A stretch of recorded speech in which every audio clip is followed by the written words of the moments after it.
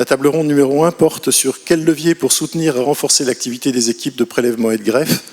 Jean-Louis Touraine. Jean-Louis, si tu veux prendre place. Jean-Louis sera pour notre table ronde 1 et notre table ronde 2, sera notre grand témoin.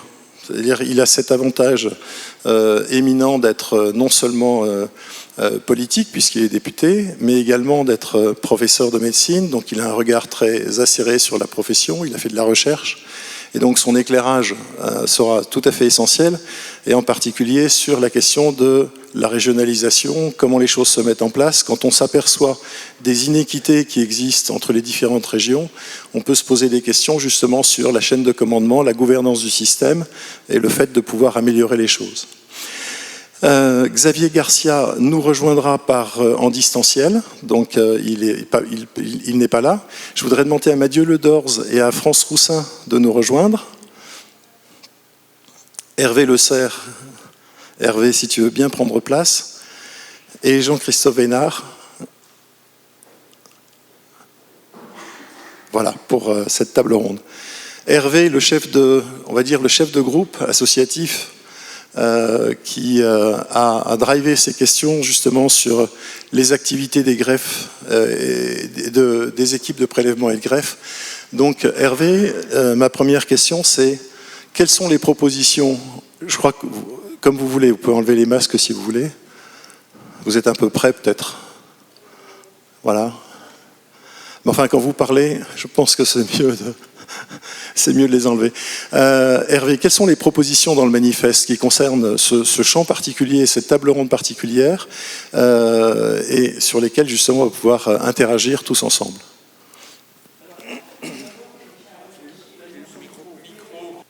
Ah, il faut allumer le micro.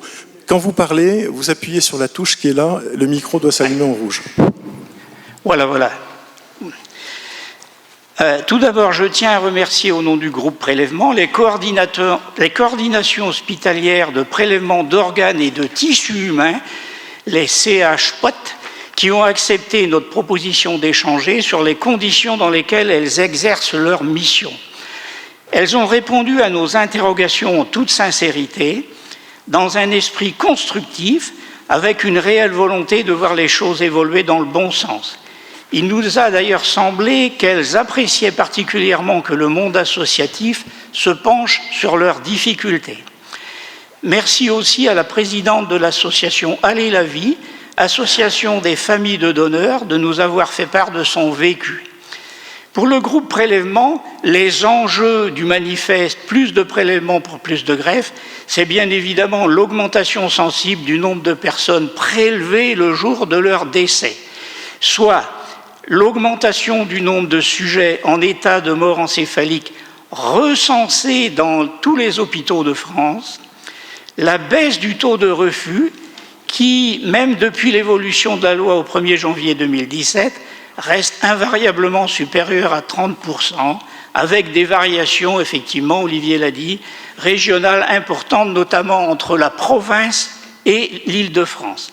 Enfin, le développement d'autres types de prélèvements que les sujets en état de mort encéphalique. À l'issue de ces entretiens, nous avons défini des propositions concrètes de nature à accompagner les équipes de coordination, toutes d'ailleurs très motivées, pour favoriser l'exercice de leur mission, parfaire le recensement de donneurs potentiels et la relation avec les proches. Nous avons regroupé ces propositions en 4 groupes.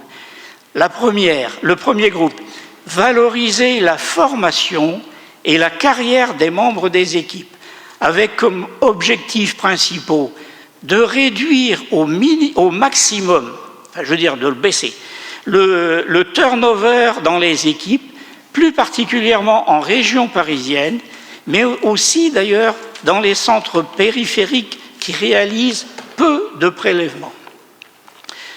Avoir des infirmiers et infirmières de coordination diplômés et motivés qui n'hésitent pas à étendre leur domaine d'activité vers le prélèvement de tissus que dans le grand public on a tendance un petit peu à oublier. Et enfin des médecins et internes, réanimateurs et urgentistes, conscients de leurs responsabilités dans le cadre de l'abord des proches en amont de la coordination. Le deuxième grand point du manifeste, c'est optimiser l'organisation du prélèvement au niveau de l'hôpital et des réseaux, avec comme objectifs principaux qu'aucun sujet en état de mort encéphalique n'échappe à la vigilance des équipes, qu'un référent don d'organes soit nommé et connu dans chaque établissement susceptible d'accueillir un sujet en état de mort encéphalique, d'augmenter le nombre de coordinations et qu'elles soient parfaitement identifiées au sein de l'hôpital et des réseaux. Et ça, c'est particulièrement vrai dans la région parisienne. Enfin, de lever les freins constatés spécifiquement en région parisienne, notamment autour de la religion. Le troisième grand chapitre, créer les conditions d'une réduction des réticences des proches. Et sur ce point, en fait, l'objectif principal, c'est de réduire au minimum les cas dits de refus liés au contexte, qui, depuis janvier 2017, avoisine 50% des cas de refus en France. Il s'agit, parce que ça demande une explication, il s'agit des cas pour lesquels il a été impossible d'établir un réel refus du défunt. Les refus, c'est quelque chose de bien, hein, c'est dans les textes évidemment, mais sans pouvoir aboutir à un consensus sur un prélèvement. Alors les raisons, dialogue impossible, méconnaissance du sujet du don d'organes tout simplement, méconnaissance de la mort encéphalique, agressivité parfois, hein, problème de religion et aussi rancœur sociétale malheureusement. Sujet particulièrement présent encore en région parisienne.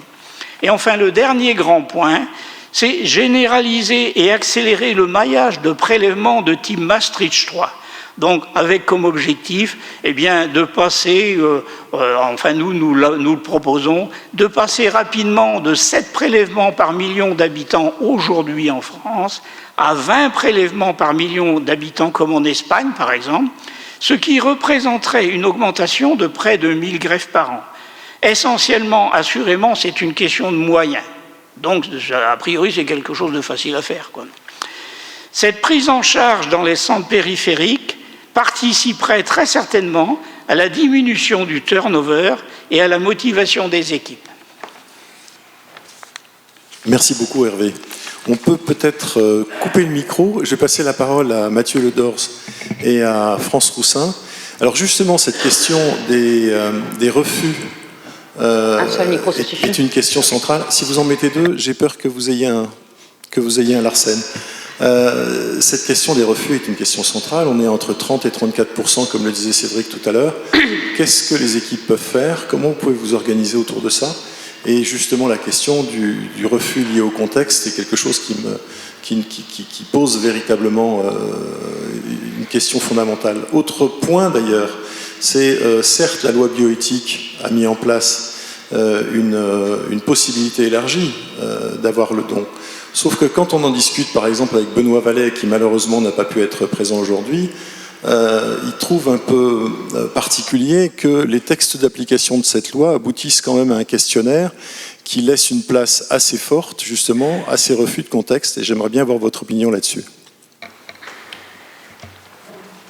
Bonjour à tous, merci beaucoup pour votre invitation, et c'est vrai que ça a été un réel plaisir pour nous d'échanger avec les associations, et on trouve que dans le manifeste il y a plein de points très positifs qu'on partage. Juste pour commencer sur le refus, moi je suis médecin réanimateur depuis une quinzaine d'années, avant d'être médecin coordonnateur du prélèvement. Je voudrais quand même qu'on parle aussi du contexte dans lequel ont lieu ces refus, puisqu'on parle en effet de 50% de refus liés au contexte, même si peut-être France pourra rebondir sur les limites de cette classification dans le dossier Cristal. On est quand même dans un contexte de réanimation émotionnelle très fort. Les états de mort encéphalique, c'est en médiane 4 jours après l'admission en réanimation. Je vais essayer comme ça. Avec des... donc je disais qu'il faut quand même se rappeler du contexte dans lequel ont lieu ces démarches et ces entretiens. Dans l'état de mort encéphalique, on est sur des patients neurolésés avec un abord des proches en médiane à peu près 4 jours après l'admission, donc c'est très traumatique, très brutal pour les proches. Dans le M3, on n'est pas très loin puisqu'on est entre 7-9 jours à peu près en médiane après l'admission en réanimation, donc ça reste des délais très courts, très traumatiques pour les familles. Tout ça dans un contexte de réanimation où on sait très bien, et c'est démontré vraiment par de nombreuses études, les états de stress, d'anxiété, de dépression, de deuil compliqué que peuvent vivre les proches. Et donc c'est vraiment l'entretien d'abord et la formation sur laquelle on reviendra peut-être nous beaucoup pour essayer d'améliorer ce taux de refus, et dans ce contexte très fort. Ce qu'on a appris, je pense aussi en réanimation, et c'est vrai sur les domaines de la fin de vie, mais aussi sur le domaine du prélèvement d'organes, c'est qu'on ne peut pas, et c'est ce qu'on vit au quotidien dans les entretiens, on ne peut pas résumer les proches à une valeur instrumentale de rapport de la volonté. Et évidemment, dans les entretiens, la place des proches, elle va toujours aller au-delà du simple recueil de la volonté. Alors en effet, pour limiter le refus, la première chose, ce serait qu'on connaisse les volontés, ça c'est sûr, mais c'est un enjeu qui va au-delà de la réanimation. Mais en tout cas, nous, dans les entretiens, on voit bien qu'on ne peut pas résumer les proches à cette valeur instrumentale, donnez-nous la volonté et c'est fini. Ils sont aussi les témoins de l'histoire commune avec le patient, d'une identité, d'une culture, de représentation de l'existence. On a un peu abordé la question spirituelle ou religieuse, qui, France y reviendra, est très centrale, en tout cas dans notre activité dans le nord-est de Paris, où les taux de refus peuvent avoisiner les 45% certaines années. Et voilà, je pense qu'il faut quand même entendre les proches à ce moment-là, dans une dimension beaucoup plus globale que le témoignage de la volonté. La deuxième chose sur comment améliorer le taux de refus, alors il y a des données, il y a quand même des données dans la littérature, alors malheureusement très peu dans les recherches françaises, mais beaucoup dans la littérature nord-américaine ou anglo-saxonne. Donc on connaît les facteurs et ils sont assez, je dirais, ce qui a été identifié dans la littérature, c'est assez évident, quoi. C'est voilà, il faut, donc je l'ai dit, la connaissance des volontés du patient. L'information, clairement, plus les proches sont bien informés au moment de l'abord du don, et la qualité de cette information, ça a un impact majeur sur le don. Ils ont fait des études, par exemple, où après les entretiens, ils posaient 4 questions très simples sur le don d'organes aux familles, et seulement 30% arrivaient à répondre aux 4 questions qui étaient des questions très simples. Donc les médecins et les coordinations avaient l'impression d'avoir très bien transmis l'information, et finalement, à peine un tiers des proches avaient retenu les informations majeures.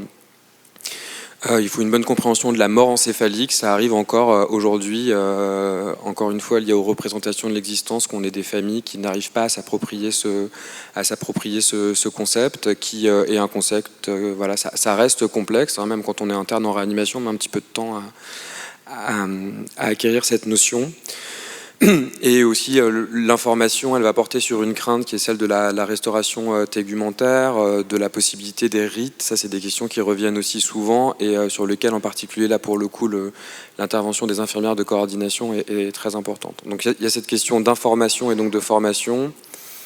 Il y a la question du timing des entretiens pour éviter le taux de refus. Alors ce qui est très intéressant, c'est que je trouve, on nous dit souvent qu'il faut bien séparer l'annonce de la mort de l'abord du don, et puis en fait quand on regarde la littérature nord-américaine, c'est pas si évident que ça. Eux, ils ont plutôt des données qui montrent qu'on peut peut-être aborder le don avant la mort, et je trouve que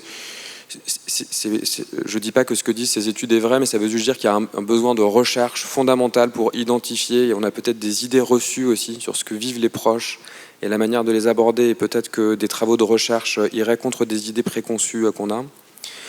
Il y a la question de la place de la coordination, et on a encore des situations où probablement les coordinations ne sont pas appelées assez précocement dans les prises en charge, et nous on forme vraiment des duos avec les coordinatrices où chacun va jouer un rôle pour les proches, et ça fonctionne assez bien. Et puis il y a la question des données sociodémographiques, et en particulier ethniques, culturelles, religieuses, où là les Américains arrivent à avoir des données, où en France c'est vrai qu'on n'a pas ces données-là.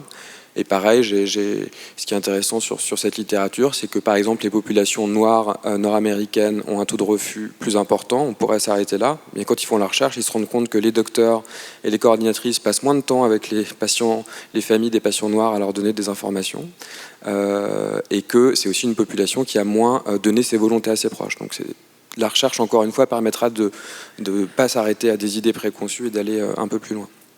Et donc avant de passer la parole à France pour qu'elle rebondisse sur ça, je voulais parler de la recherche.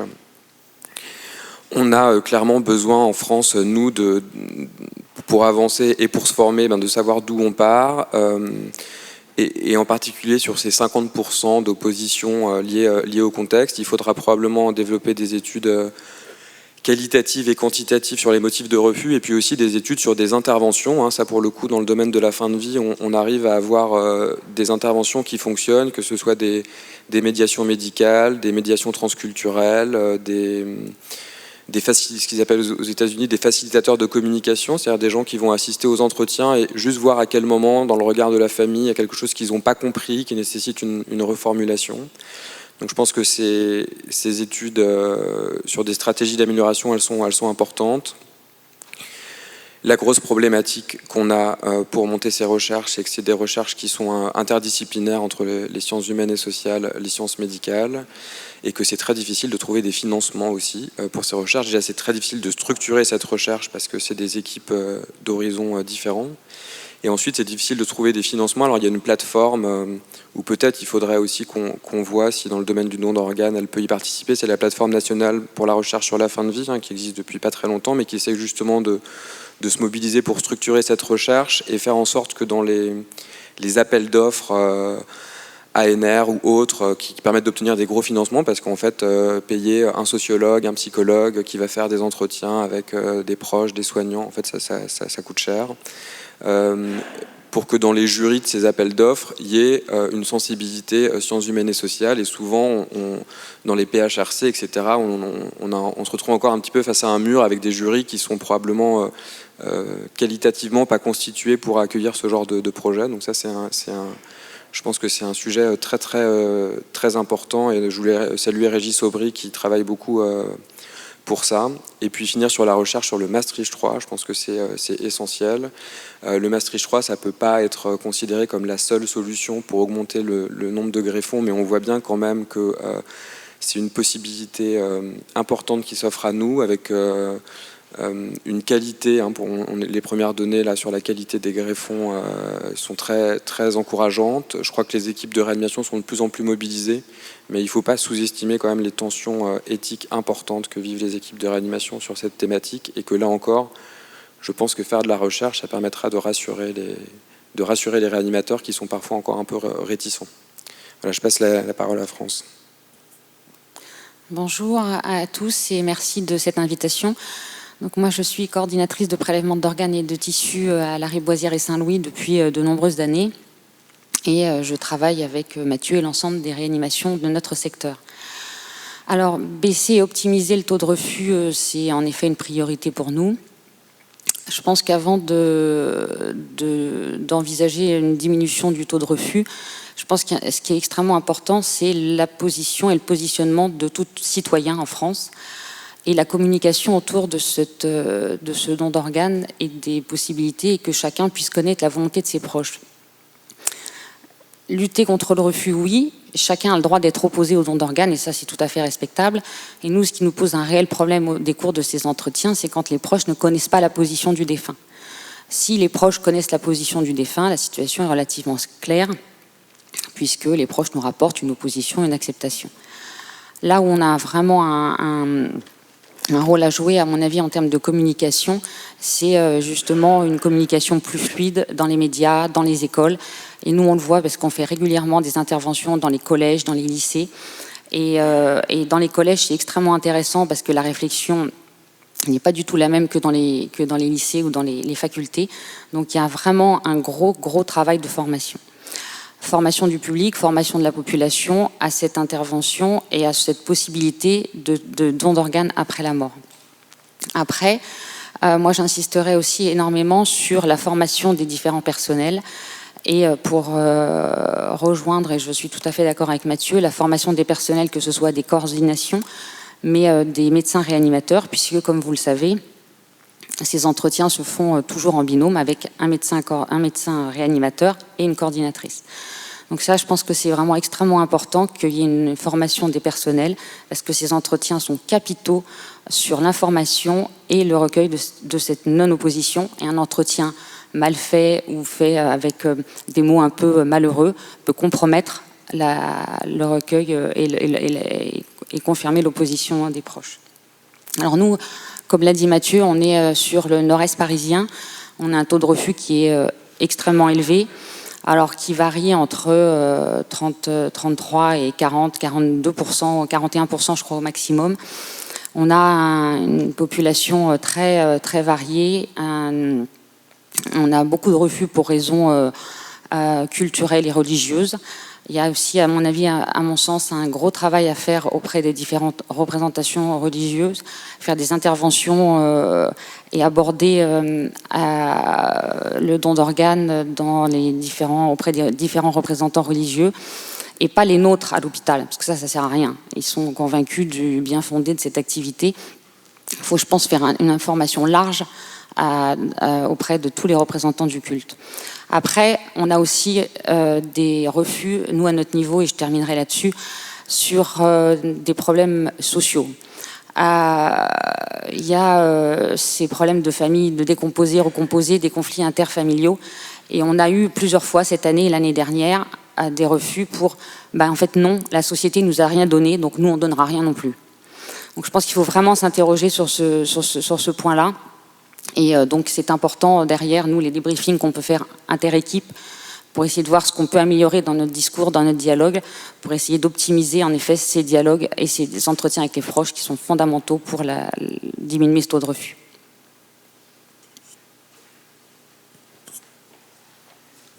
Merci beaucoup France. Je vais passer tout de suite la parole à Xavier Garcia. On a l'éclairage justement d'une équipe parisienne à la Riboisière. Xavier Garcia est infirmier de coordination au centre hospitalier de Nevers. Donc s'il y a bien un pays qui est un désert médical total, c'est bien cette partie de la Nièvre. Et Xavier, j'ai envie de vous demander quel est pour vous, comment voyez-vous le rôle justement des infirmiers de coordination? Vous êtes plus centré sur le prélèvement, bien entendu, puisque vous êtes en hôpital de proximité. Mais faites-nous part un peu de votre expertise et puis également de la façon dont le métier est partagé, reconnu au sein de l'hôpital, de l'activité des différentes infirmiers et infirmières qui peuvent se passionner pour cette activité. Est-ce qu'ils sont suffisamment reconnus, valorisés ou autres? Alors, bonjour à tous. Vous m'entendez bien? Est-ce que vous m'entendez bien? On vous entend très bien. Bonjour à tous. Alors moi, je m'appelle Xavier Garcia. Je suis infirmier en réanimation et infirmier coordinateur depuis 17 ans sur l'hôpital de Nevers, qui est effectivement un désert médical et une ville qui est proche de tout, mais à la fois loin de tout. Et quand on m'a demandé si effectivement notre fonction d'infirmier coordinateur était reconnue, malheureusement, je le crois pas assez, parce qu'aujourd'hui, quand je regarde l'infirmière coordinatrice, je vois quelqu'un qui est le noyau et le lien d'un maillage complexe. C'est quelqu'un qui est au centre d'une multitude d'intervenants, internes, externes, qu'elle doit connaître parfaitement. C'est un peu le chef d'orchestre. Elle doit gérer tout au millimètre près, à la seconde près, car si elle le fait pas ou si elle le fait mal, il n'y a pas de prélèvement, donc il n'y a pas de greffe et tout s'arrête. Et ça, c'est inconcevable. Aujourd'hui aussi, quand je regarde l'infirmière de coordination, je vois quelqu'un à qui on demande beaucoup de compétences, de savoir-faire, de savoir-être, alors que son statut reste le même que l'infirmière qu'elle l'était, et ça, c'est pas normal. Donc, pas beaucoup de reconnaissance. Aujourd'hui, quand je regarde l'infirmière de coordination, je vois quelqu'un qui porte sur ses épaules l'énorme responsabilité de la réussite du prélèvement d'organes. Son expérience, sa qualification, son savoir-faire ne laisse aucune place à un grain de sable qui pourrait venir entraver ou ruiner le processus du prélèvement. Alors, l'infirmière de coordination, elle intervient dans plein de domaines, hein. Ça va du suivi du coma grave, au dépistage du donneur potentiel, au prélèvement opératoire, au prélèvement au bloc, jusqu'à la restitution du corps à la famille. C'est beaucoup de choses à savoir pour une seule fonction, pour une seule personne. Et cette responsabilité, elle l'endosse et elle l'accepte. Et là aussi, on trouve que la reconnaissance, elle est pas énorme. Et puis, il y a tous ceux et toutes les choses dont on parle pas et qui lui incombent. Je pense notamment à la communication autour du don et à l'énergie que l'infirmière coordinatrice déploie. Et là, je tiens à remercier les associations parce qu'elles font beaucoup de choses avec nous. Et sans elles, on serait un petit peu perdu. Alors effectivement, la communication, on peut penser que c'est futile alors que ça ne l'est pas. La communication, c'est un métier. L'infirmière, elle n'est pas formée à la communication, mais elle le fait. Elle prend son bâton de pèlerin et elle va taper partout à qui veut l'entendre, aux entreprises, aux médias, aux radios, à la mairie, aux associations. Cela prend de l'énergie, cela prend aussi du temps. Et c'est aussi un budget qu'elle n'a pas, parce qu'elle le fait avec sa propre motivation, avec sa propre équipe, avec ses propres moyens. Tout ça parce qu'elle est persuadée que parler plus du don, parler mieux du don, parler du don différemment, parler du don à plus de personnes, c'est un levier essentiel pour la diminution du taux d'opposition. Même si les hôpitaux, parfois, nous demandent des comptes en disant que c'est des actions futiles, mais je pense que non, il faut parler du don tous les jours. Pardon. Alors, en résumé, je trouve qu'être infirmière de coordination, c'est un vrai métier précis, technique. C'est des spécificités que l'on n'apprend pas à la va-vite, car de cette activité dépend la vie. Être infirmier de coordination nécessite des aptitudes, des compétences, des technicités particulières, un savoir-faire, un savoir-être qui fait qu'elle ne peut pas être aujourd'hui que la simple infirmière qu'elle était au début. Et ça, c'est important. Et on parlera peut-être de la formation et de la reconnaissance un peu plus précisément, mais voilà ce que je voulais dire sur le rôle de l'infirmière. Et c'est peut-être aussi ce qui explique un début d'explication sur le turnover qui est énorme des infirmières, parce qu'elles ne sont pas reconnues et qu'au bout d'un moment, elles lâchent prise et elles s'en vont. Et ça, c'est dommage parce que s'il n'y a plus d'infirmiers de coordination, malheureusement, il n'y aura plus de greffe. Merci beaucoup Xavier pour cette intervention. Elle est très éclairante sur la situation des infirmières de coordination et des équipes de coordination et de prélèvement dans les territoires. Je voudrais passer maintenant la parole à Jean-François Vénard. Vous êtes président de la Société française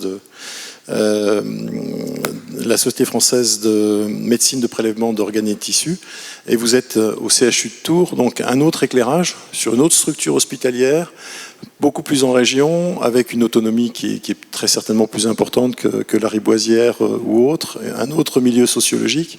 Quels sont les problèmes que vous rencontrez et est-ce que vous arrivez par exemple à recruter des infirmières de coordination, des équipes, à motiver des équipes comme le demandent en fin de compte les propositions du manifeste?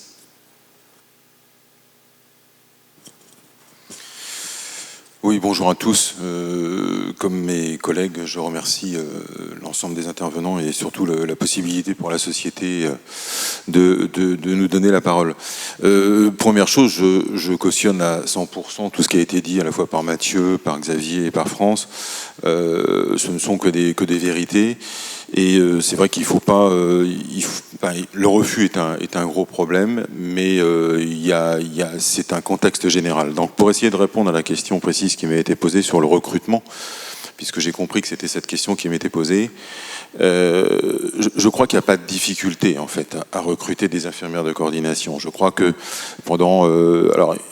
l'infirmière de coordination, enfin France en parlera beaucoup mieux que moi, est un métier quand même relativement récent par rapport à ce qui existait sur les infirmières de spécialité. Mais si je prends l'exemple de Tours, ça a été quelques infirmières, monsieur Lebranchu est là, ils pourront en témoigner, qui étaient auparavant dans la transplantation rénale, qui ont construit un peu la coordination. Aujourd'hui, ça s'est structuré, ça s'est professionnalisé. Il y a quand je dis professionnalisé, c'est au sens spécialité du terme. Ils et elles ont tous des formations, que ce soit par l'Agence de la biomédecine, que ce soit par les entretiens par simulation, que ce soit par des connaissances théoriques. Et le champ, effectivement, d'une infirmière de coordination s'est beaucoup élargi par rapport à ce qu'il était il y a quelques années. Alors, bien sûr, on peut revenir sur ce que disait Mathieu, en particulier sur le Maastricht 3, qui demande des compétences tout à fait particulières, qui demande une implication de la coordination qui est nouvelle. Je rappelle que le Maastricht 3, c'est quelque chose de récent en France, puisque ça n'a que 5 ans. Le premier prélèvement a été réalisé à Annecy en 2014, donc c'est relativement récent. Mais il n'y a pas que ça, il y a aussi tout ce que les infirmières de coordination font hors du service. C'est-à-dire qu'un certain nombre sont à temps plein dans la coordination pour assurer toutes les missions qui leur sont confiées. Alors ça, ce sont effectivement des grosses coordinations, alors principalement bien entendu des coordinations de CHU, mais elles sortent aussi de l'hôpital. Alors on a évoqué tout à l'heure les missions extérieures, mais il y a aussi toutes les missions qui sont, je dirais, sur les CH périphériques qui existent. C'est-à-dire en fait sur les urgences des CH périphériques, on a parlé, ou je crois on va parler des réseaux opérationnels de proximité. Aujourd'hui, ces réseaux sont incontournables dans l'activité d'une coordination. Ça fait partie des missions, hein, c'est bien affiché. Et effectivement, c'est aussi un travail que de se déplacer dans ces centres périphériques. C'est aussi un travail de se déplacer en intramuros, alors je vais dire au niveau d'un CHU, mais dans les services qui ne sont dits non réanimatoires. C'est-à-dire que sont les urgences et les unités neurovasculaires.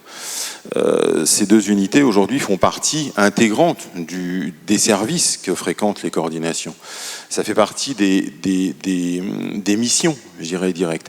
Donc, en fait, ça en fait un maillage. Alors, je complète un petit peu tout ce qui a été dit auparavant, mais effectivement, ça fait de l'infirmière de coordination une infirmière de spécialité. Ça fait une infirmière qui fait un métier différent et ô combien intéressant, mais ô combien aussi chronophage, ô combien épuisant. Et c'est vrai que c'est un travail qui est très particulier et il faudra effectivement évoluer vers cette fonction. J'ai lu dans le manifeste un problème de turnover. Alors je ne sais pas, peut-être qu'il est plus prononcé dans la région parisienne, je ne sais pas, enfin c'est un peu ce que j'ai entendu. Je le rencontre peu ou prou en province, on va dire, y compris dans les gros CHU où il y a beaucoup de prélèvements et beaucoup de greffes. Je ne sais pas, je ne peux pas faire de comparaison. Et je rajouterai juste pour finir qu'il faut faire attention aux comparaisons parce que effectivement, on évoque le taux important de refus dans la région parisienne versus 28% en province. C'est vrai qu'il faut éviter les conclusions hâtives. Je pense que c'est très important. Mathieu l'a bien précisé là-dessus. Et puis, il faut aussi prendre en compte qu'au niveau des coordinations, hein, je crois que c'est 189, si mes souvenirs sont exacts, peut-être que Laurent pourra me contredire ou pas, mais il y a 189 coordinations de prélèvement en France. C'est le travail et le fruit de l'Agence de la biomédecine depuis des années d'implanter des coordinations un peu partout sur le territoire. Aujourd'hui, c'est un système qui est un peu unique parce que c'est vrai que d'autres pays n'ont pas choisi ce mode-là, mais on sait qu'il est important et qu'il est irremplaçable, entre guillemets, si on doit le faire fonctionner. Néanmoins, il faut aussi se rappeler qu'il y a plus de 100 coordinations, alors on va dire 100 centres hospitaliers en France, qui réalisent moins de 5 prélèvements par an. Alors on va dire, moins de 5 prélèvements par an, quelle est la pertinence? On est tous d'accord ici pour dire qu'on ne fait bien que ce qu'on fait souvent. Néanmoins, il faut se rappeler aussi que la mort encéphalique, c'est quelque chose de rare dans un hôpital. Il n'y a pas autant de morts encéphaliques que de décès, loin de là, c'est 1% des décès. Donc c'est quelque chose d'important. Et effectivement, dans les territoires doté d'une réanimation certes, mais dans un territoire démographique moins important, il est logique qu'on se retrouve avec moins de donneurs. C'est important parce que la fonction, je dirais, d'une infirmière de coordination, va être différente effectivement selon les régions, mais selon aussi le type de l'hôpital dans lequel elle va exercer. Et c'est toute une approche, je dirais, globale qui doit être à la fois, vous l'avez compris, à la fois géographique, mais aussi par rapport aux structures, parce que c'est vrai que chaque établissement est différent, et je pense que ça, il faut vraiment le noter, parce que on ne peut pas se servir d'un canevas unique pour dire que ça va marcher sur toutes les coordinations. Merci Jean-François, ça me permet d'avoir une excellente transition pour Jean-Louis. Jean-Louis Touraine, médecin, député, chercheur, intéressé par la loi de bioéthique au premier chef, puisque très très impliqué dans tous les débats. Justement, cette question de la loi, est-ce qu'elle est bien adaptée? Est-ce que tout est fait et tout est en ordre pour que ça puisse fonctionner? Et puis deuxièmement, on a vu 3 exemples de structures hospitalières de tailles différentes dans des territoires différents. Un mot juste sur cette régionalisation et ces difficultés qu'on peut rencontrer. Je parle même pas, parce qu'on pourra en parler dans la table ronde numéro 3, du fait de savoir si est-ce qu'il n'y a pas peut-être mais je ne sais pas si la question n'est pas taboue, trop de structures, trop d'équipes, trop de choses, et que ça ne mériterait pas d'avoir une rationalisation un peu au niveau territorial pour faire en sorte que ça fonctionne quelquefois un peu mieux. Oui, tout à fait d'accord avec ces remarques. Je voudrais d'abord commencer par dire un grand bravo et de chaleureux remerciements aux équipes de coordination, aux donneurs d'abord, aux associations qui ont fait bouger les lignes, et c'est très bien ainsi, et puis à l'Agence de la biomédecine qui a assuré la sérénité dans laquelle cette activité se développe. Permettez-moi d'abord de rappeler une évidence, c'est qu'il n'y a pas de transplantation sans don. Et si dans les enquêtes d'opinion, nos concitoyens sont 0% à refuser la réception d'un organe transplanté, ils sont 12 à 15% à refuser le don pour eux-mêmes, mais le taux de non-prélèvement, on l'a entendu, est souvent supérieur à 1/3. Donc là, il y a quelque chose qui n'est pas un respect de la volonté des personnes, puisque tous veulent pouvoir bénéficier d'un greffe, l'immense majorité veut pouvoir donner ses organes, mais quand on regarde, et si on met de côté par exemple les donneurs qui ne sont pas prélevés pour raison médicale, parce que les organes sont de mauvaise qualité, le nombre de gens non prélevés est presque aussi élevé que le nombre de donneurs effectivement prélevés.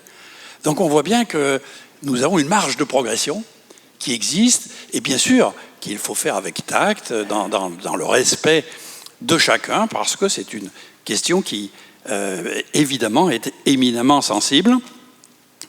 La loi Caillavet, puisque tu évoquais la disposition légale, la loi Caillavet, en 1976, est assez remarquable.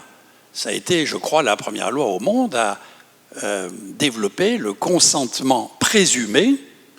Et je rappelle ce que disait Henri Caillavet à l'époque, « Je postule la fraternité et la solidarité entre les humains ». Et tout était en définitive déjà écrit à ce moment-là, puisque chacun savait bien que nos contemporains, dans la civilisation que nous connaissons, n'ont pas beaucoup tendance à réfléchir à leur mort.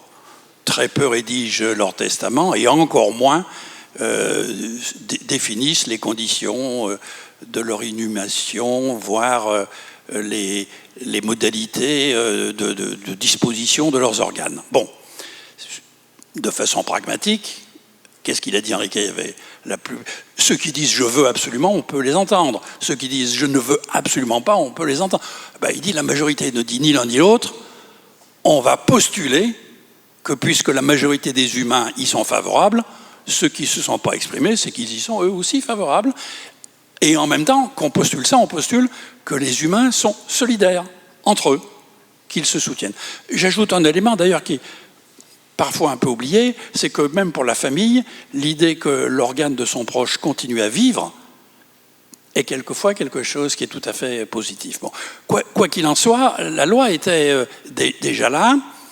Malheureusement, quelque chose était prévu à l'époque qui n'a pas été fait, reconnaissons-le, c'est la pédagogie, c'est l'explication, c'est la communication. Parce que présumer un consentement, ça marche si les gens sont informés. Mais on présume pas éternellement le consentement de gens à qui on n'a pas dit ce qui se passait. Et les Français n'ont pas eu assez d'informations là-dessus.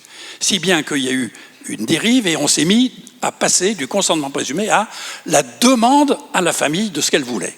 Cette dérive s'est opérée très progressivement, diversement selon les lieux, mais de plus en plus souvent, on a dit aux familles, est-ce que vous voulez ou pas qu'on puisse prélever ? Et là, ça a été évidemment une chute dans les possibilités de prélèvement. Et donc, c'est pour cela que nous avons, en 2016, développé non pas quelque chose de nouveau, puisqu'on a simplement repris la loi Caillavet, mais simplement en disant, maintenant, on va expliquer les conditions dans lesquelles peuvent être exprimés le refus.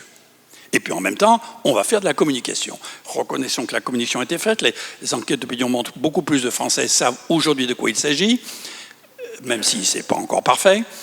Et pour ce qui est des conditions du non-prélèvement, eh bien, ça a été défini dans la loi et dans le décret d'application. C'est-à-dire qu'il n'y a pas de prélèvement si la personne est inscrite sur le registre des refus, si théoriquement présumé comme le moyen principal. C'est ce qui est écrit dans la loi, alors que c'est le moyen le plus exceptionnel, en définitive.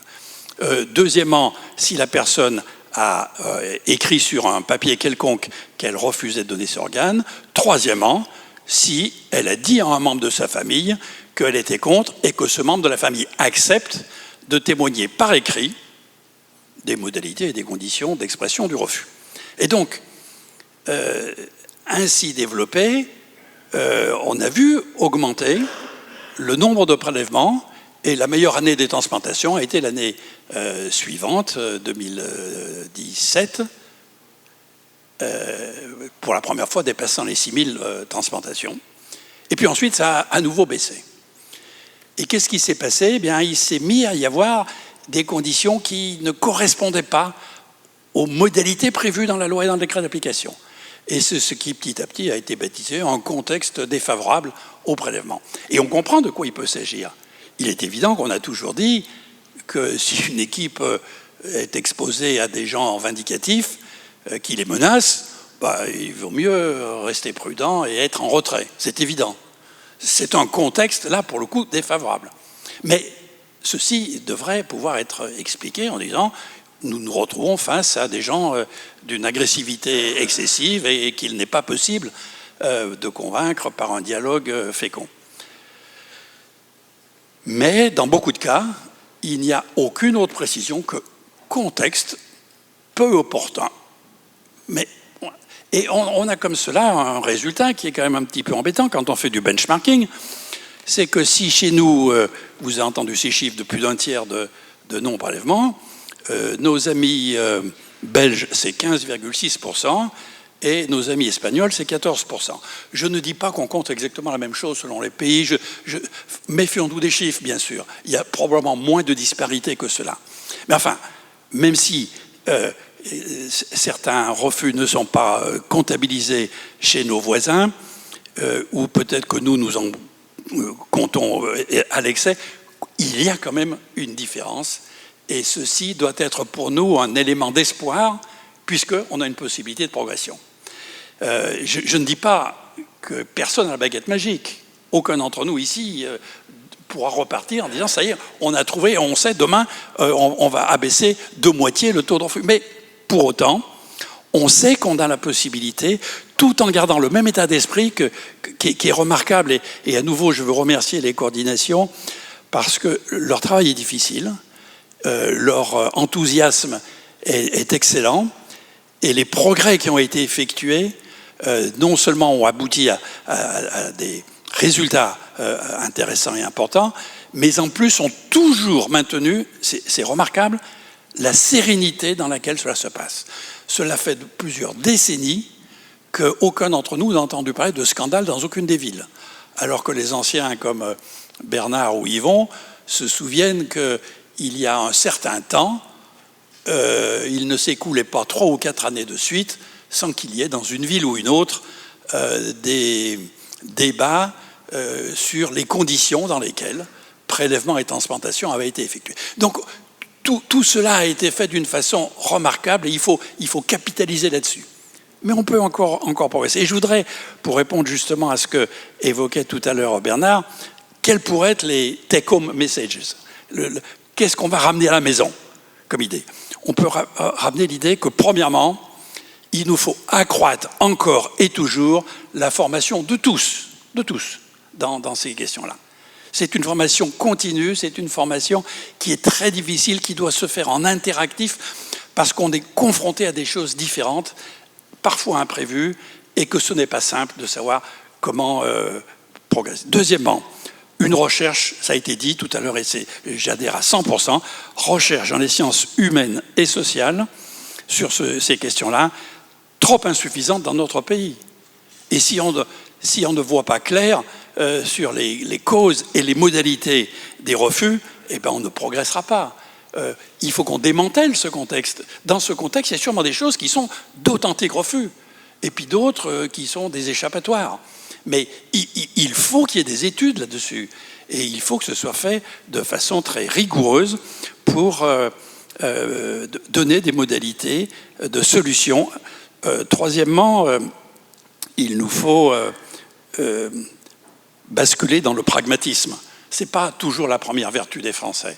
C'est peut-être la raison, une des raisons qui explique les différences. La France était pionnière, était première en matière de transplantation, pendant longtemps en Europe, pendant très longtemps.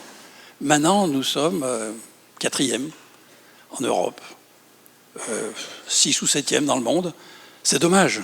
On peut retrouver une place de premier plan, et ceci par un simple pragmatisme rationnel.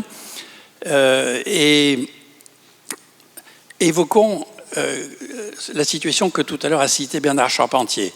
Il fut un temps où les équipes de transplantation elles-mêmes s'occupaient des prélèvements. C'était d'un certain côté efficace, mais d'un autre côté, ça exposait à des difficultés éthiques que chacun peut comprendre.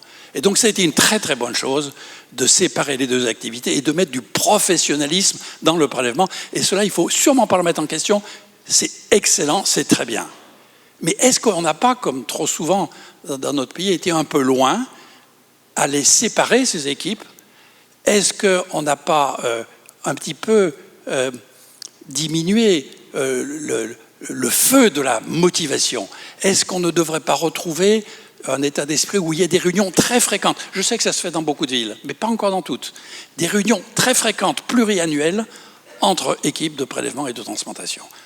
L'équipe de prélèvement ne peut qu'être animée du bénéfice qu'elle apporte en voyant les malades transplantés ainsi que les malades en attente de transplantation. Le fait de savoir qu'à chaque consultation, on a des malades qui viennent nous dire « Je suis inscrit sur une liste d'attente depuis 7 ou 8 ans. Ma vie est pourrie à cause de ça. Mais qu'est-ce que vous faites? Pourquoi vous ne trouvez pas ?» Je vous jure que ça représente une motivation. Je ne dis pas, bien entendu, qu'on ne peut raisonner qu'en fonction de cela, mais je pense que ce message-là doit animer chacun de nos amis confrontés et au front de ces situations difficiles. Autre, bien entendu, message à ramener, c'est qu'il y a nécessité, bien sûr, de lutter contre les différentes causes de refus, mais pas seulement. Parce que si dans l'enquête de France Transplant d'il y a 2 ans, on avait trouvé que la première cause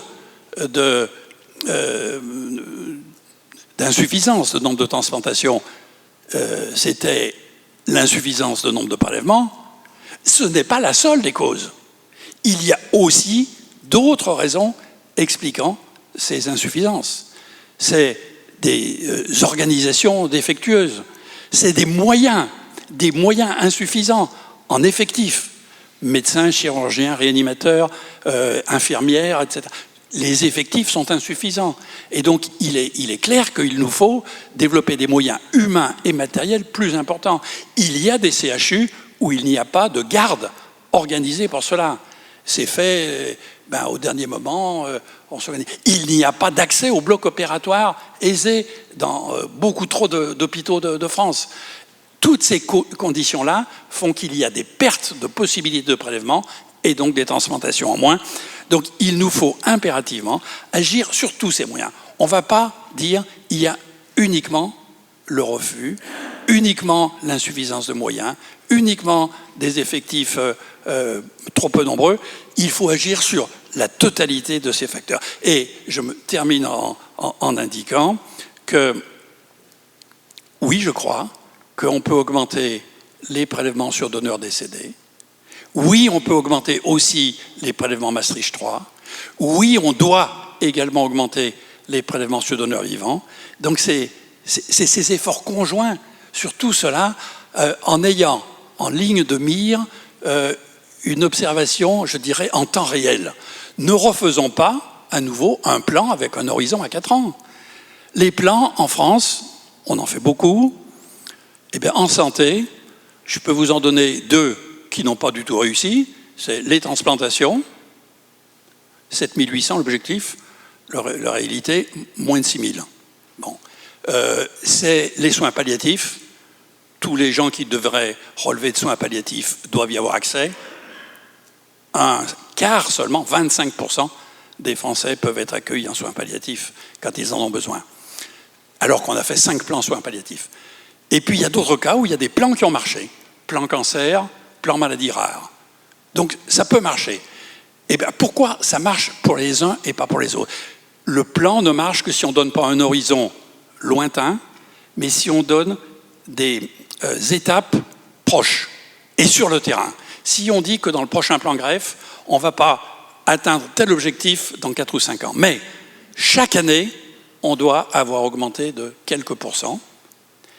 Et deuxièmement, dans chaque région, on regarde si l'objectif de progression est atteint. S'il ne l'est pas, une analyse, sans culpabilisation de quiconque, juste l'analyse des facteurs. Est-ce que c'est manque de moyens? Est-ce que c'est que dans l'hôpital, les budgets affectés au prélèvement et à la transplantation, en réalité, tombent dans le pot commun et ne servent pas à renforcer les équipes comme ça devrait l'être? Tout cela doit, bien sûr, être fait et permettre de progresser. C'est au niveau du terrain et au niveau d'objectifs qui seront par étapes que nous pourrons, je crois, atteindre de fait une progression qui nous permettra d'apporter à tous nos malades la solution qu'ils escomptent et qui, vous l'avez vu sur la première diapositive projetée, devient un peu urgente parce que chaque année, l'écart entre le nombre de transplantations et le nombre d'inscriptions sur les attentes augmente de façon importante et inquiétante. Merci. Merci Jean-Louis. Je crois qu'il y a une caractéristique aussi entre les deux plans qui n'ont pas marché et les plans qui ont marché. C'est que, connaissant un peu le plan cancer et le plan maladie rare, on est très impliqués sur les maladies rares. Les associations sont très impliquées sur les maladies rares et très impliquées dans la lutte contre le cancer. Et je crois que c'est pour ça que je dis que c'est une journée première aujourd'hui, parce que le collectif Greffe Plus doit impérativement faire partie des structures qui doivent pouvoir discuter pour monter les projets, aider les équipes sur le terrain, apporter de la communication et faire changer les choses au jour le jour, parce qu'il y a tout un travail qui est un travail bien entendu scientifique et médical, mais on y reviendra, il y a aussi tout un travail sur la communication, sur la culture du don et sur lesquels les associations font un travail merveilleux. J'ai une question pour France, et puis après Jean-François, j'en ai une autre. Mais France, la loi de 2017, c'est des questions qui viennent par Zoom là. Ça a fait évoluer l'entretien avec les familles ou pas? Évoluer, moi je dirais non. Ça n'a pas changé grand-chose. Clairement, on s'était pas mal réunis avant l'application de ce fameux document assigné au 1er janvier 2017. Et de nombreuses coordinations s'interrogeaient sur on va jamais réussir à faire signer, à donner ce document à ces familles. Est-ce que ces familles signent ce document? En fait, finalement, dans la mesure où les proches connaissent l'opposition du défunt, ce document est signé sans aucun problème. Donc, clairement, ça n'a pas changé grand-chose. Néanmoins, ça a créé de la communication, du lien. Et sincèrement, moi qui suis coordinatrice depuis longtemps, aujourd'hui, les gens sont beaucoup moins surpris quand on aborde le don d'organes que c'était le cas il y a 5, 6, 7 ans. Clairement. Bien meilleure communication. Jean-François, vous vouliez faire un commentaire, puis moi j'avais une question aussi à vous poser sur la formation initiale des médecins et la formation continue. Puis après j'ai une autre question pour Xavier sur les IPA en particulier. Oui, merci. Je voulais juste rajouter deux petites informations, mais qui sont liées aussi à la communication. C'est vrai que, comme vient de le dire France, c'est vrai que ça n'a pas changé grand-chose, en fait, la loi. C'est vrai que l'évolution des pratiques peut-être a changé, mais elle a changé par rapport à l'expérience que je rapportais tout à l'heure. Et c'est vrai que pendant longtemps, peut-être que, M. Touraine, vous avez raison, peut-être que pendant longtemps, on demandait aux familles ce qu'elles voulaient, et ça fait bien longtemps maintenant, je pense que les coordinations ont changé d'optique, et bien avant 2017, et aller chercher la position du défunt et non pas ce que souhaitaient les proches. Ça, j'en suis vraiment intimement convaincu, parce que toutes les coordinations que je fréquente, et tous les médecins coordinateurs, il y a longtemps qu'on a passé ce message-là, et je pense que ça c'était un fait à rappeler. Après, sur l'évolution du nombre de prélèvements, sur l'évolution, ce ratio, ou en tout cas après la loi, la diminution. Je crois qu'il faut aussi intégrer, et c'est pas une excuse, et c'est pas une raison, et il faut pas s'asseoir là-dessus, juste simplement dire que la prise en charge aussi des accidents vasculaires a subi aussi une grande transformation. La prise en charge thérapeutique a énormément évolué, et elle a permis aussi, je dirais radicalement, une prise en charge différente pour les personnes âgées, parce que les plus concernés par les AVC. Et effectivement, aujourd'hui, là aussi, comme le disait tout à l'heure Mathieu, on manque peut-être un peu de réflexion et un peu de retour sur les conséquences d'une prise en charge différente par rapport à ça. Donc ça, ce sont des éléments. Et puis, vous évoquiez aussi, M. Touraine, ces fameux échanges entre les prélèvements et les greffes. Je connais bon nombre de CHU, y compris celui dans lequel je travaille, où nous avons des commissions prélèvements et greffes régulières, qui sont entre 2 et 3 par an, qui font, je dirais, le tour des discussions, qui font le tour des questions, des projets en cours, et qui nécessitent toujours une validation. Et cette commission est une commission permanente, c'est une commission qui est validée par la DG, et c'est des choses qui sont actées et qui sont inscrites. Alors effectivement, encore une fois, commission prélèvement et greffe, ça n'a lieu que dans les CHU, on est d'accord. Mais il faut maintenir ça, et c'est vrai que la place aujourd'hui des prélèvements dans les commissions, dans ces dites commissions, est beaucoup plus importante qu'elle ne l'était auparavant, et il faut le maintenir et le renforcer. Je suis tout à fait d'accord. Alors sur la formation justement des confrères, que ce soit initiale ou la formation continue, qu'est-ce qui est fait? Est-ce qu'elle est suffisante? Puis après, je passerai la parole à Mathieu Ledors. Oui, alors sur la formation, je crois qu'il y a 2 volets. Il y a 2 volets, voire 3, si on considère un autre niveau de formation. Le premier volet, c'est d'où vient le médecin coordinateur, qu'est-ce qu'il a fait, quelle était son expérience, a-t-il été rompu à cette discipline de prélèvement au cours de son activité de réanimateur, voire d'urgentiste. Et effectivement, ça c'est la formation initiale, c'est la formation théorique.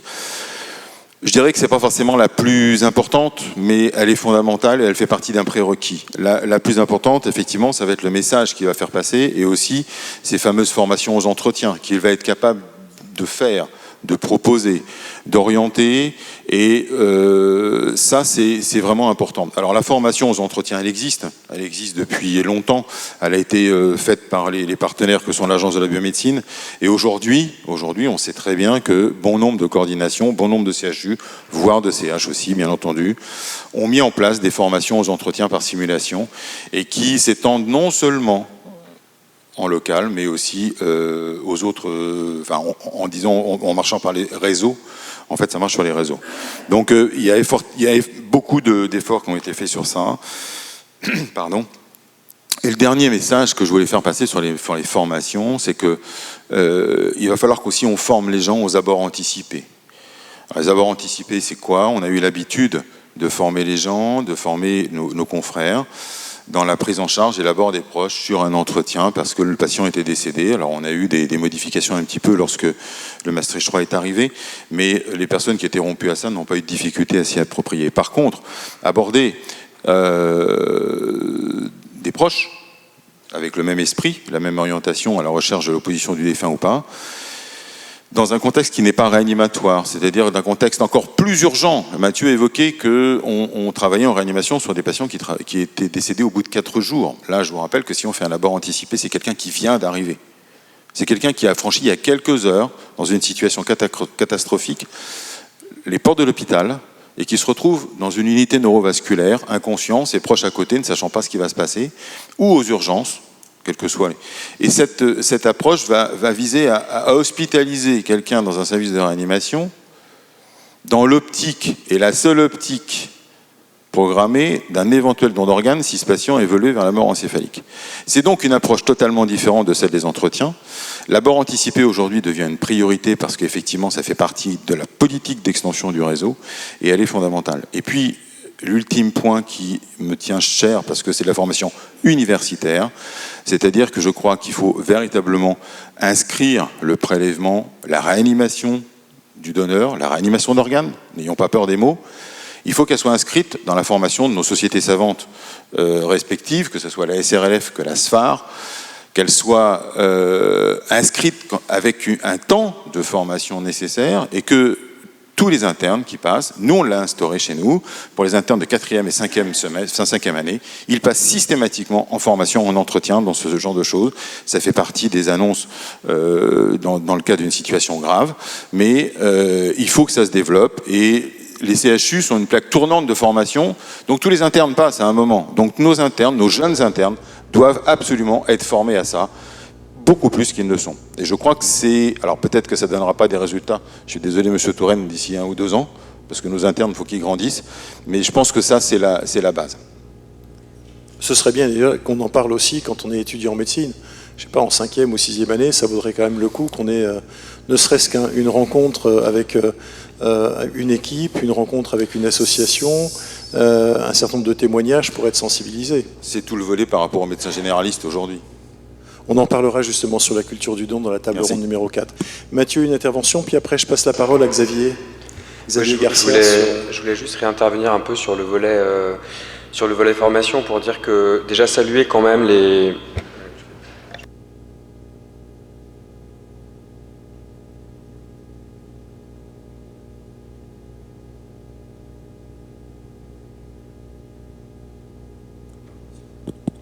Je voulais juste revenir sur la formation déjà pour dire la qualité des formations proposées par l'Agence de la biomédecine, en particulier sur l'ABOR, sur le Maastricht 3. Donc vraiment, il y a eu un gros effort. Après, ces formations sont inaccessibles. C'est-à-dire, je contrecarre sur le fait que c'est des formations qui coûtent cher, c'est des formations en simulation, hein, parce que évidemment on en parle souvent, mais ce qui est difficile pour nous pour former les plus jeunes, les chefs de clinique, c'est qu'on ne peut pas venir à 10 à l'entretien pour montrer comment on fait. Donc quand les familles sont nombreuses, on peut être un peu plus nombreux, faire venir un interne, un chef de clinique pour qui s'acclimate à cette tension de l'entretien. Et donc c'est beaucoup de formations en simulation et ça coûte très cher parce que ça demande beaucoup de personnel, des locaux, etc. Donc je pense que la structure de la formation, elle existe, et encore une fois, merci à l'Agence de la biomédecine parce que c'est de qualité. Je pense à Catherine Vernet, une psychologue d'Annecy, qui a beaucoup développé ça, et c'est vraiment des formations de qualité. Mais elles ne sont pas assez accessibles. Après, je pense que les équipes de coordination sont très bien formées par cette formation initiale et continue de l'ABM. La problématique, c'est la formation des réanimateurs, c'est-à-dire que qui fait les entretiens, qui s'occupe des neurolésés qui arrivent en réanimation, la plupart du temps, c'est les médecins qui ont entre 30 et 40 ans et qui donc sont les plus jeunes. Les autres, ils sont à d'autres fonctions dans les services. Et France le dira bien, mais on voit bien que là, il y a un défaut, c'est-à-dire qu'on passe d'interne où on n'a jamais vu un entretien à chef où on se retrouve en première ligne à devoir mener l'entretien. Et puis je voudrais insister sur la formation paramédicale, c'est-à-dire qu'il ne faut pas oublier de former aussi les infirmières des services de réanimation pour qu'elles aient cette culture-là. Et je trouve personnellement que les temps partagés des équipes de coordination entre les réanimations et la coordination, c'est indispensable pour acculturer l'ensemble du service à ça, parce que et la dernière chose, et ça je voulais bien en discuter avec Monsieur Touraine, c'est l'idée que la formation, elle doit aussi être mise en miroir avec l'expérience. Ça rejoint un peu la question sur tabou, est-ce qu'on fait des gros centres ou est-ce qu'on fait plein de petits centres? Être formé, c'est bien, mais après il faut aussi, on voit, hein, moi je ne fais pas les entretiens aujourd'hui comme je les faisais quand j'ai commencé les entretiens il y a une dizaine d'années, c'est pas du tout pareil. Donc il y a cette question de l'expérience. Jean-Christophe a dit on fait bien que ce qu'on fait souvent, donc on voit sur le Maastricht 3 qui est pour l'instant une activité rare dans les centres, ou sur l'abord anticipé qui est aussi un très bon exemple, ça reste rare. Sur des événements rares, déjà, si en plus on est dans un centre qui n'en fait pas beaucoup, c'est bien d'avoir eu la formation de bonne qualité par l'Agence de la biomédecine, mais il y a le côté expérience. Donc ce côté expérience, c'est de savoir est-ce que ça ne peut pas être quelque part aussi contre-productif de développer le nombre de points. Alors pour le recensement, probablement qu'il faut être capable de recenser le plus large possible et partout. Mais après, est-ce qu'il n'y a pas quand même une spécificité et une expérience nécessaire en plus de la formation? Et la dernière chose que je voulais dire, parce que j'ai trouvé ça très intéressant et nous on le vit au quotidien, c'est cette histoire de culture, ou en tout cas de transfert des cultures entre le prélèvement et la greffe. Et j'étais heureux de vous entendre, parce que je ne connaissais pas ces histoires, moi, des états de mort encéphaliques en néphrologie. Et c'est vrai que moi, je suis relativement jeune et j'ai vécu ça de manière très différente. C'est vrai que pour moi, en tant que réanimateur, c'est deux mondes complètement hermétiques. C'est-à-dire qu'il a fallu que je devienne coordinateur pour entendre les greffés, etc. Et quand on est réanimateur, le cœur de métier, c'était quand même de faire de la réanimation. On fait beaucoup d'accompagnement de fin de vie, on fait beaucoup de morts encéphaliques, on fait du Maastricht 3, on fait des abords anticipés, on fait du prélèvement de cornée chez les patients décédés. Donc tout ça, c'est très lourd pour les équipes.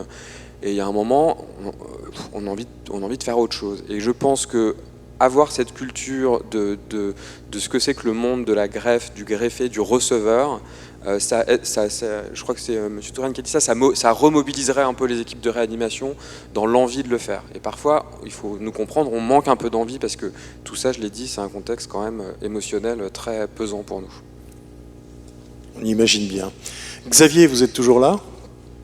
Je suis toujours là.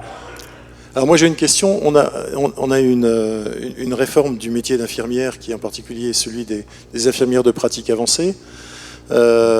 C'est pas facile la mise en place des infirmières de pratique avancée. J'ai vu d'ailleurs très dernièrement la présidente de la société, enfin de l'association nationale des infirmières de pratique avancée.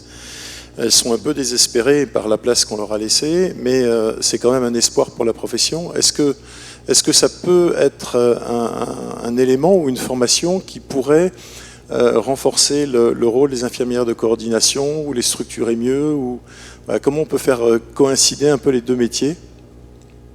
Alors je pense que effectivement c'est une bonne idée et c'est peut-être l'avenir de notre métier. Je sais que il y a des discussions en cours avec le ministère par rapport à effectivement l'infirmière de pratique avancée au niveau des coordinations de prélèvement. Je rejoins tout ce qui a été dit, hein. La coordination, c'est un vrai métier, c'est un métier à part entière. On le fait bien quand on le pratique beaucoup. Et là, je reviens à nos situations de petits hôpitaux périphériques où effectivement c'est plus compliqué. Hein. Effectivement, quand on a 5 à 10 donneurs et 10 prélèvements par an, c'est effectivement plus difficile que dans un CHU où on en a 60 ou 80. Donc il faut rester compétent et cette compétence elle se travaille. Alors nous on a la chance de travailler. Moi je suis en Bourgogne, on a la chance de travailler avec en réseau, hein, avec tous nos hôpitaux périphériques et le CHU de Dijon où on continue à se former. Après il y a aussi, il faut pas oublier, il n'y a pas que le prélèvement d'organes, il y a aussi les prélèvements de tissus. On en fait beaucoup, on en fait plus. Donc effectivement, le fait d'avoir une filière dite spécifique qui intègre les formations, et je reviens aussi sur ce qui a été dit, qui sont excellentes, hein, les formations, mais qui malheureusement coûtent cher. Et pour un hôpital périphérique, des fois, les budgets de formation ne nous écoutent pas trop. Il faut aller effectivement, parce que malheureusement, et je reviens aussi sur ce qui a été dit, tous les hôpitaux périphériques n'ont pas la culture du don. Il faut se battre tous les jours pour s'imposer et montrer qu'on existe, hein, parce que c'est bien d'exister. On existe souvent quand il y a un problème organisationnel où on nous rappelle à l'ordre, mais quand tout se passe bien, on ne sait pas forcément qu'on existe et qu'on est là. Donc je pense que c'est peut-être une très grande avancée que le fait d'avoir ce cursus d'infirmière de pratique avancée au niveau de la coordination et des greffes qui permettrait effectivement plus de formation, plus de compétences. Et puis en plus, faut pas oublier qu'on a un métier qui évolue constamment en fonction de la société, en fonction des progrès, en fonction de tout ce qu'il y a autour de nous, et on est constamment remise en question et dans la recherche de la compétence la meilleure, parce que c'est ça qui permettra de solutionner beaucoup de problèmes. Merci beaucoup Xavier pour ces questions. Hervé, il y a d'abord, tu es content de la qualité de la table ronde? Tu as des points d'amélioration à apporter? Pardon. Si je peux me permettre de revenir sur un ou deux petits points que j'ai notés là, parce que c'est vrai que l'histoire du refus lié au contexte, quand même, 15%, c'est pas rien, quoi. Hein. Et il faut absolument, selon nous, que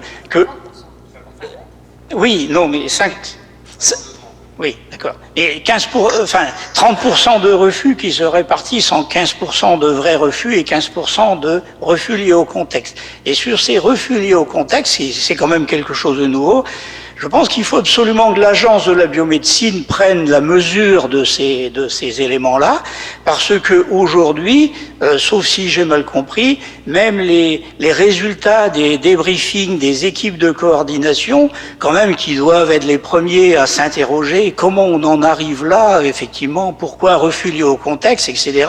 Il faut absolument que ça remonte vers l'Agence de la biomédecine pour après engager, comme l'a dit le professeur Touraine, des études sur le sujet. Alors ça c'est le premier point. Et... Je veux juste dire un mot par rapport au contexte, je fais juste une mini parenthèse, 2 secondes. Ouais. Les refus liés au contexte, nous c'est ce qu'on rentre dans le dossier Cristal à l'Agence de la biomédecine, et en fait, finalement on se rend compte qu'on n'a pas le droit de mettre quoi que ce soit qui pourrait donner une indication par rapport à une connotation religieuse ou quoi que ce soit. Instantanément c'est effacé. Ah, j'ai bien fait d'insister. Je suis désolée de faire cette petite parenthèse. Je vais tout de suite fermer la parenthèse pour pas qu'on dépasse trop en termes de délai. Et en fait, on ne peut mettre dans ce petit item-là que des banalités. Donc en fait, dès que c'est un refus des proches, on peut quasiment rien mettre. L'année prochaine, il y a une journée monothématique à l'Agence de la biomédecine sur justement toutes les modalités de refus et tout ça. Hervé. D'accord. Donc on est d'accord finalement. Et sur toujours sur ce refus lié au contexte, moi il y a quand même quelque chose qui me dérange parce qu'on a eu beaucoup d'expériences qui nous ont été relatées et essentiellement à Paris, effectivement, c'est que finalement on se rend compte quand même que dans certaines communautés, il y a des familles dont le poids de la famille est très important. Et on nous a dit aussi qu'il y a quand même des jeunes dans ces familles qui sont beaucoup plus sensibles aux dons d'organes et qui, eux, seraient prêts à franchir le pas, mais il y a le poids de la famille. Et là, ce qui m'interpelle un petit peu, c'est quand même qu'aujourd'hui, ça veut dire qu'il y a quand même des gens, à la limite, qui avaient la volonté de donner leurs organes et qui n'ont pas pu le faire par ce biais-là. Donc ça, c'est une réflexion à avoir quand même. Et sur un deuxième point aussi, l'abord anticipé des proches dont on vient de parler, là, c'est vrai que nous, on a introduit l'idée pour motiver certaines équipes, parce que souvent ce sont des centres périphériques plutôt petits aussi, c'est d'introduire la notion de T2A pour que la prestation soit payé finalement, je trouve pas le mot, mais voilà. On va revenir justement dans la table ronde numéro 2 sur la gouvernance du système. Très rapidement, parce que je voudrais donner juste un mot de conclusion ensuite à Jean-Louis sur la question de la régionalisation et des disparités régionales. Juste, il y a un truc qui m'a été soulevé par Mathieu Ledors, c'est vrai que les réanimateurs, c'est vrai les jeunes qui démarrent aussi, mais est-ce qu'il n'y a pas aussi quand même les mercenaires intérimaires là, qui pour beaucoup entrent en ligne de compte parce qu'ils sont confrontés éventuellement à la mort et puis bon, ils ne sont pas forcément formés comme il faut, quoi. Ça, c'est une question sérieuse. Il va falloir qu'on y revienne aussi au cours de la journée. Jean-Louis, un point pour conclure cette table ronde, deux, trois points d'aspérité, et puis cette question sur les disparitions régionales, parce que j'y tiens. D'accord. Étant moi aussi de Bourgogne, comme Xavier. Donc, juste 2 points. Donc, premièrement, en complément de ce qui vient d'être dit, oui, de toutes les grandes religions monothéistes qui sont pratiquées dans notre pays, pas une seule ne s'oppose au prélèvement d'organes, et au contraire, ils valorisent tous cette forme de solidarité interhumaine que cela représente. Donc, si je peux citer juste deux anecdotes. Il y a quelques années, j'étais confronté à une famille pour laquelle un enfant devait pouvoir bénéficier d'une greffe de moelle osseuse, en l'occurrence, et celui qui était compatible était son frère d'âge scolaire. Les parents s'opposaient au traitement en disant son destin, s'il a une maladie grave, c'est de décéder, on ne va pas en plus endormir son frère, lui prélever de la moelle osseuse, etc. Et c'est le petit garçon de 7-8 ans, formé à l'école française, qui a emporté la conviction de ses parents pour qu'il vienne lui-même, de sa propre volonté, se faire anesthésier et prélever sa moelle osseuse, qui a permis de guérir son frère de la maladie en question. Donc on voit qu'effectivement les jeunes, en l'occurrence très jeunes, formés aux avancées médicales, et qui sont souvent avec des cultures assez orientées vers la générosité, le don, la solidarité, eh bien, peuvent arriver à emporter la conviction. Deuxième anecdote, il y a quelque temps, nous avions, je pense que ça doit se faire encore d'ailleurs, sûrement, des référents pour chaque religion, et quand la question religieuse nous était invoquée comme motif de refus, nous avions une liste de personnes qui avaient été sensibilisées préalablement et qui venaient. Alors c'était soit un aumônier, soit un imam, soit ça. Et nous les laissions parler avec les familles le temps nécessaire, et puis nous revenions après. Au moins 3 fois sur 4, les personnes qui invoquaient une raison religieuse pour refuser changer d'avis étaient favorables après cet entretien, mais qu'on laissait faire à part. On ne se mêlait pas de la discussion, on laissait les arguments, puisque si ça devait être sur le ton religieux, ce n'était pas notre fait, donc on les laissait. Donc je crois que oui, il est tout à fait inopportun de se dire que quelque religion que ce soit est une contre-indication au prélèvement, et on aurait vraiment tort à s'arrêter à cela, à ces raisons religieuses et culturelles, parce que beaucoup de gens, quelle que soit leur religion, leur culture d'origine, sont favorables à l'échange. Et d'ailleurs, on le sait bien, et cet argument d'ailleurs peut être développé, il y a beaucoup de malades inscrits sur les attentes qui appartiennent à toutes les cultures et toutes les religions, et malheureusement, pour des raisons génétiques que je n'ai pas besoin de développer ici, si personne dans ces communautés minoritaires, dans ces communautés, oui, minoritaires, si personne ne donne, eh bien ces malades vont attendre plus longtemps, parce qu'ils trouveront moins souvent des donneurs compatibles. Donc je pense que c'est l'intérêt des receveurs de pouvoir aussi bénéficier de donneurs dans une certaine proximité.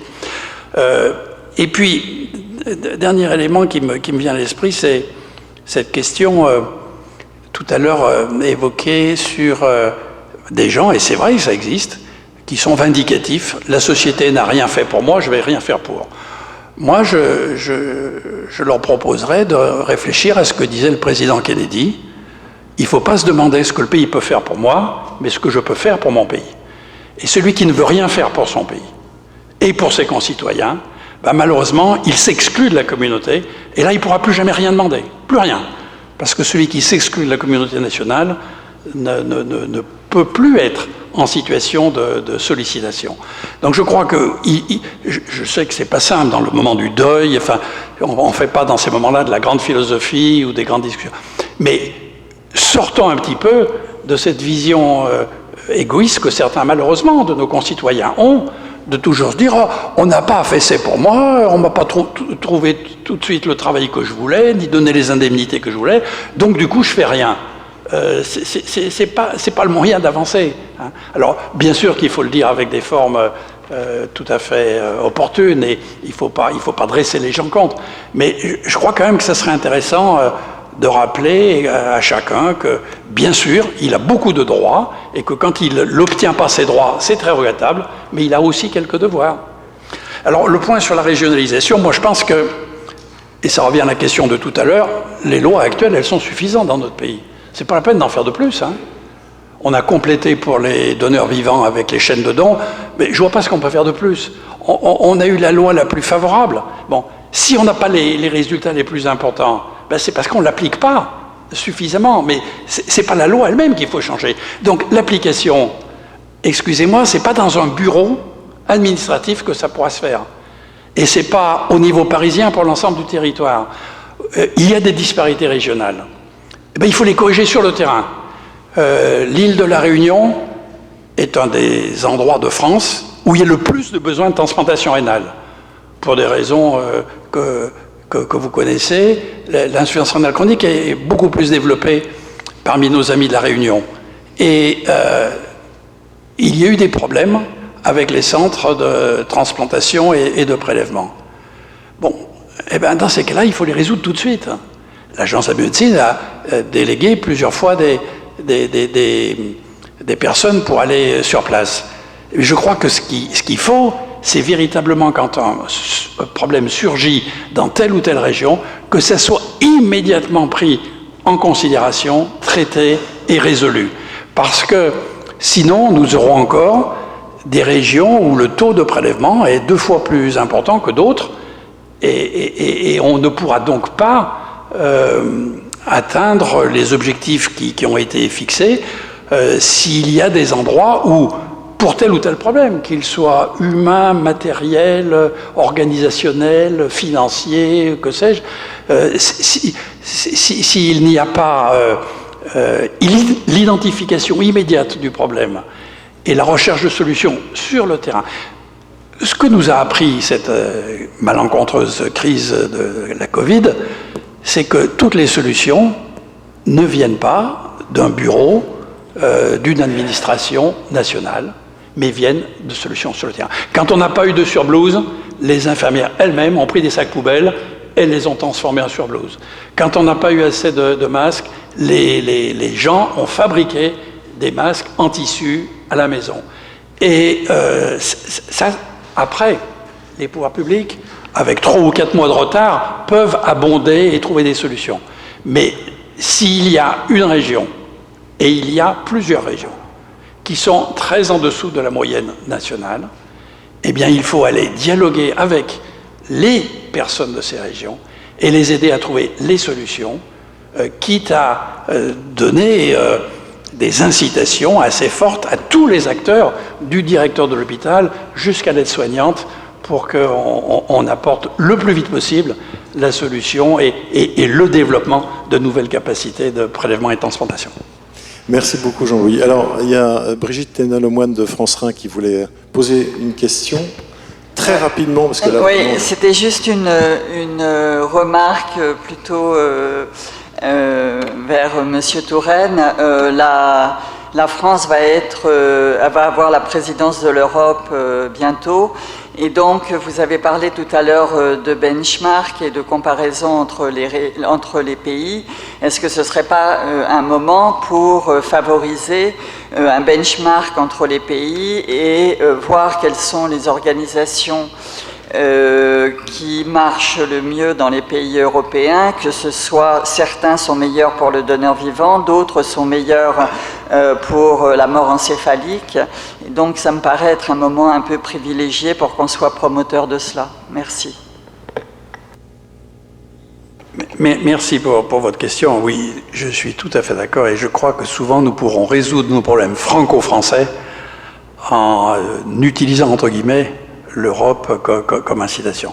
Ça suppose au départ que nous écartions de nos habitudes quelque chose que souvent les étrangers pointent à l'excès, parce que c'est pas vrai. Mais enfin, ils nous reprochent parfois d'être un peu arrogants. C'est pas vrai. Nous sommes toujours très modestes et très capables d'entendre les messages d'où qu'ils viennent. Donc on le fera bien. Mais ça veut dire qu'on accepte que d'autres fassent mieux que nous. Eh bien, il se trouve qu'il y a la moitié des pays européens qui fait mieux et l'autre moitié qui fait moins bien. Bon, on peut rester dans cette position intermédiaire, mais nous avions l'habitude d'être pionniers. Pourquoi ne pas le redevenir?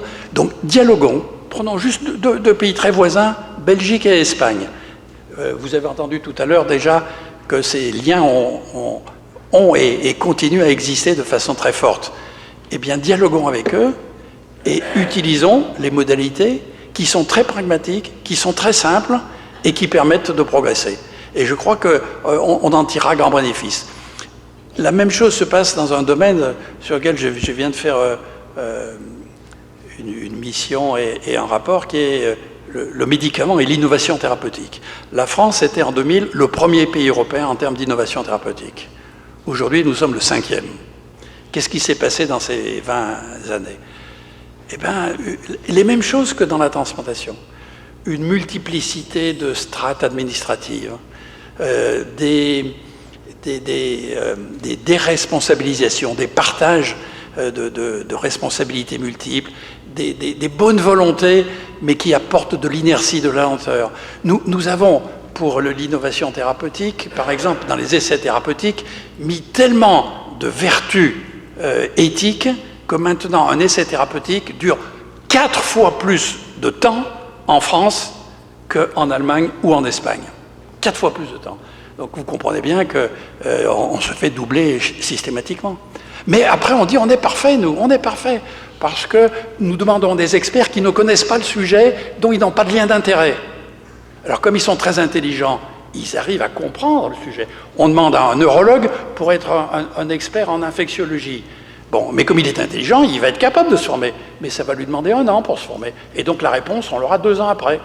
Donc voilà ce que notre volonté de vouloir bien faire nous amène quelquefois à produire bien. En transplantation, de la même façon, si on regarde ce qui se fait de mieux dans tel ou tel pays, on peut prendre des idées.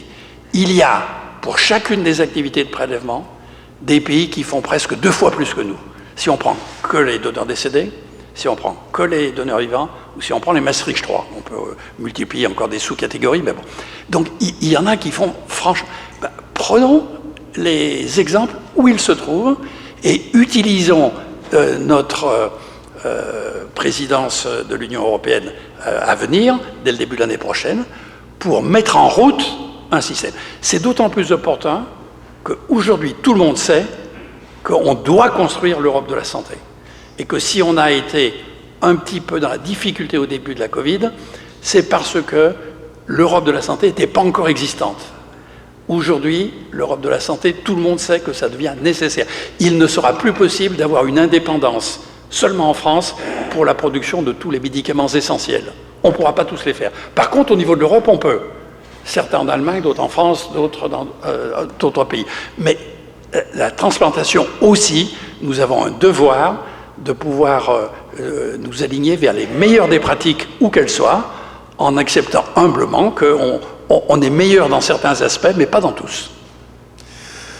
On arrive à la fin de cette table ronde, et ben ça veut dire qu'il faut qu'on note un point d'ailleurs, il faut qu'on envoie à Stéphanie Sédou, qui est l'ambassadrice globale de la santé, justement auprès du président de la République, et qu'on lui envoie le manifeste pour attirer son attention sur le fait que ce point doit être mis dans le calendrier de la France pour sa prochaine présidence de l'Union européenne. Voilà, merci beaucoup à tous, merci Xavier qui était avec nous.